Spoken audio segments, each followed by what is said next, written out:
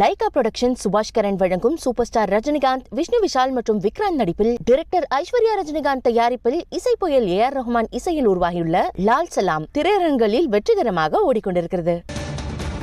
2011ஆம் ஆண்டு சட்டப்பேரவை தேர்தலின் போது வட்டாட்சியரை தாக்கியதாக தொடரப்பட்ட வழக்கின் தீர்ப்பு இன்று அறிவிக்கப்பட்டிருக்கிறது. வட்டாட்சியரை தாக்கியதாக தொடரப்பட்ட வழக்கில் அழகிரி விடுதலை செய்யப்பட்டிருக்கிறார். அழகிரி உள்ளிட்ட 17 பேரை நீதிமன்றம் விடுதலை செய்து உத்தரவிட்டிருக்கிறது. அண்மை செய்தியாக பார்க்கிறோம். 2011ஆம் ஆண்டு சட்டமன்ற தேர்தலின் போது வட்டாட்சியரை தாக்கியதாக அழகிரி உள்ளிட்ட 17 நபர்கள் மீது காவல்துறையில் வழக்கு பதிவு செய்யப்பட்டு விசாரணை என்பது நடைபெற்று வந்தது. இருதரப்பிலிருந்தும் தொடர்ச்சியாக வாத பிரதிவாதங்கள் முன்வைக்கப்பட்டு வந்தன. இந்நிலையில் இந்த வழக்கில் இன்று தீர்ப்பு அளிக்கப்பட்டிருக்கிறது. அழகிரி உள்ளிட்ட 17 நபர்கள் விடுதலை செய்யப்பட்டிருக்கிறார்கள்.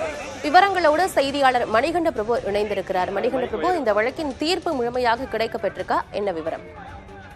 ஆனந்தி, தாசில்தாரை தாக்கிய வழக்கில் முன்னாள் மத்திய அமைச்சர் அழகிரி மற்றும் 21 பேர் திமுக நிர்வாகிகள் மற்றும் ஆதரவாளர்கள் என 21 பேர் மீது ஒரு வழக்கு பதிவு செய்யப்பட்டிருந்தது 2011ஆம் ஆண்டு. இந்த வழக்கு கிட்டத்தட்ட மதுரை மாவட்ட நீதிமன்றத்தில் 3.5 ஆண்டுகளாக நடைபெற்று வந்த நிலையில் இன்று அனைவரையும் நீதிமன்றம் விடுதலை செய்து உத்தரவை பிறப்பித்திருக்கிறது. குறிப்பாக இந்த வழக்கு கடந்த 2011ஆம் ஆண்டு ஏப்ரல் மாதம் சட்டமன்ற தேர்தல் பிரச்சாரத்தின் போது வெள்ளலூர் அருகில் இருக்கக்கூடிய அம்பலகாரன்பட்டி வல்லடிக்காரர் கோவிலில் வாக்காளர்களுக்கு சட்ட விரோதமாக அழகிரி மற்றும் அவரது தரப்பினர் ஓட்டுக்கு பணம் அளிப்பதாக வழக்கு பதிவு செய்யப்பட்டிருந்தது. இதனை அப்போதைய மேலூர் தேர்தல் அதிகாரியும் தாசில்தாருமான காளிமுத்து மற்றும் தேர்தல் அலுவலர்கள் வீடியோ கேமராமேனுடன் சென்று அதை வீடியோ எடுத்தனர். அப்போது அழகிரி மற்றும் அரசு தரப்பு, அதாவது தாசில்தார் தரப்புக்கும் இடையே பிரச்சனை எழுந்ததாகவும் இதில் தாசில்தார் தாக்கப்பட்டதாகவும் புகார் அளிக்கப்பட்டு அதுக்கு கீழவளவு காவல் நிலையத்தில் ஒரு வழக்காக பதிவு செய்யப்பட்டது. இதனை அடுத்துதான் இந்த வழக்கில் முன்னாள் மத்திய அமைச்சர் அழகிரி, மதுரை துணை மேயர் மன்னன் மற்றும் திமுகவை சேர்ந்த ரகுபதி, திருஞானம், செந்தில், பொன்னம்பலம், நீதிதேவன், நாகராஜன், மயில்வாகனன் உள்ளிட்ட 21 பேர் மீது வழக்கு பதிவு செய்யப்பட்டு 2011ஆம் ஆண்டிலிருந்து இந்த வழக்கு மேலூர் நீதிமன்றத்தில் நடைபெற்று வந்தது. கிட்டத்தட்ட 2011 19ஆம் ஆண்டு வரை மேலூர் நீதிமன்றத்திலும் 2020ஆம் ஆண்டிலிருந்து 24 வரை மதுரை மாவட்ட நீதிமன்றத்திலும் இந்த வழக்கு நடைபெற்று வந்திருந்தது. பலமுறை இந்த வழக்கிற்காக முன்னாள் மத்திய அமைச்சர் அழகிரி நீதிமன்றத்தில் நேரில் ஆஜராகியிருந்தார்.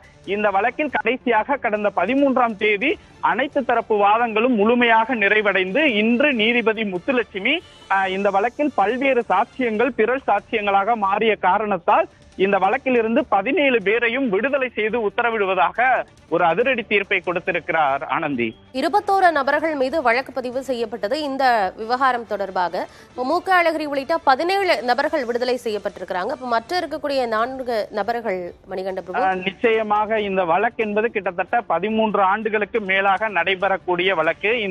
இந்த வழக்கில் வயது மூப்பு மற்றும் உடல் நலக்குறைவு காரணமாக 4 பேர் உயிரிழந்து விட்டனர். 21 பேரில் 4 பேர் உயிரிழந்து விட்டனர். எனவே 17 பேர் தொடர்ச்சியாக கடந்த 2 ஆண்டுகளாக நீதிமன்றத்தில் ஆஜராகினர். அதன் அடிப்படையில் உயிரிழந்தவர்களை தவிர்த்து 17 பேர் இந்த வழக்கில் இருந்து தற்போது விடுதலை செய்யப்பட்டு மதுரை மாவட்ட நடுவர் நீதித்துறை நீதிமன்ற நீதிபதி முத்துலட்சுமி இந்த உத்தரவை பிறப்பித்திருக்கிறார். ஆனந்தி, கடந்த விசாரணையின் போது அழகிரி தரப்பிலிருந்தும் வாதங்கள் முன்வைக்கப்பட்டன. அப்போது என்னென்ன வாதங்கள்லாம் முன்வைக்கப்பட்டது, அவர் தரப்பிலிருந்து என்ன விஷயங்கள்லாம் சொல்லப்பட்டது என்பதை நினைவு கூற முடியுமா? இந்த வழக்கை பொறுத்தமட்டில் 28 சாட்சியங்கள் முக்கியமான சாட்சியங்களாக பார்க்கப்படுகிறது. குறிப்பாக அன்றைக்கு தேர்தல் அதிகாரியாக இருந்த காளிமுத்து, அவருடன் சென்ற வீடியோ கேமராமேன், காவலர்கள் மற்றும் துணை தாசில்தார் உள்ளிட்ட பல்வேறு சாட்சியங்கள், மொத்தம் 28 சாட்சியங்கள். இந்த 28 சாட்சியங்களிடம்தான் கடந்த 3 ஆண்டுகளாக தொடர் சாட்சிய பதிவு என்பது நடைபெற்று வந்தது.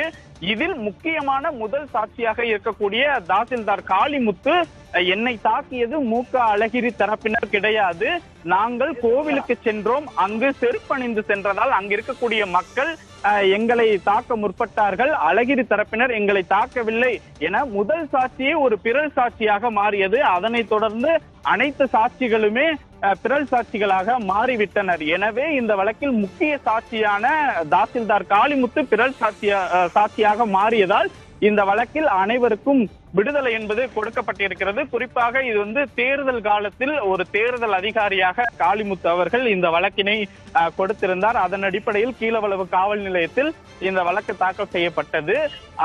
எனவே இது அவருடைய ஒரு தனிப்பட்ட வழக்காக கொடுக்கப்பட்டு இந்த வழக்கில் அவரே பிறல் சாட்சியாக மாறிவிட்டதால் இந்த வழக்கில் அனைவரும் விடுதலை செய்யப்பட்டிருக்கின்றனர். ஆனந்தி, இந்த வழக்கோட ஆரம்பத்தை பார்க்கும் பொழுது பணப்பட்டுவாடா புகார் அது சம்பந்தப்பட்டதா தெரிய வருது வட்டாட்சியருக்கு. அதை அவர் வீடியோ எடுக்கிறாரு. அதன் பிறகுதான் அந்த வழக்கு விசாரணை என்பது மிக தீவிரமடைஞ்சு போயிட்டு இருக்கு. அதன் பிறகு அவரை வட்டாட்சியரே பிறல் சாட்சியாக மாறி இருக்கிறாரு. அது எப்படி மணிகண்ட பிரபு?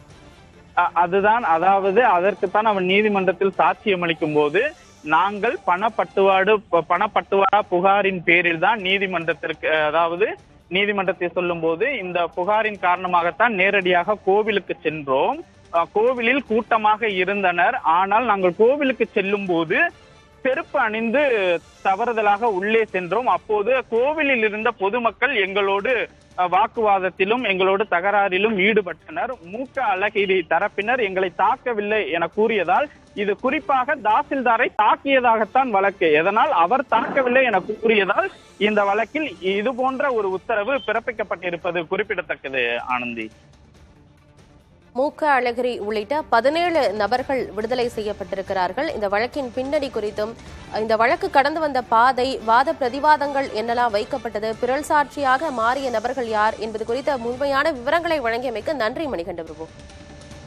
லைகா புரொடக்ஷன் சுபாஷ் கரன் வழங்கும் சூப்பர் ஸ்டார் ரஜினிகாந்த், விஷ்ணு விஷால் மற்றும் விக்ராந்த் நடிப்பில் டைரக்டர் ஐஸ்வர்யா ரஜினிகாந்த் தயாரிப்பில் இசை புயல் AR ரஹ்மான் இசையில் உருவாகியுள்ள லால் சலாம் திரையரங்குகளில் வெற்றிகரமாக ஓடிக்கொண்டிருக்கிறது.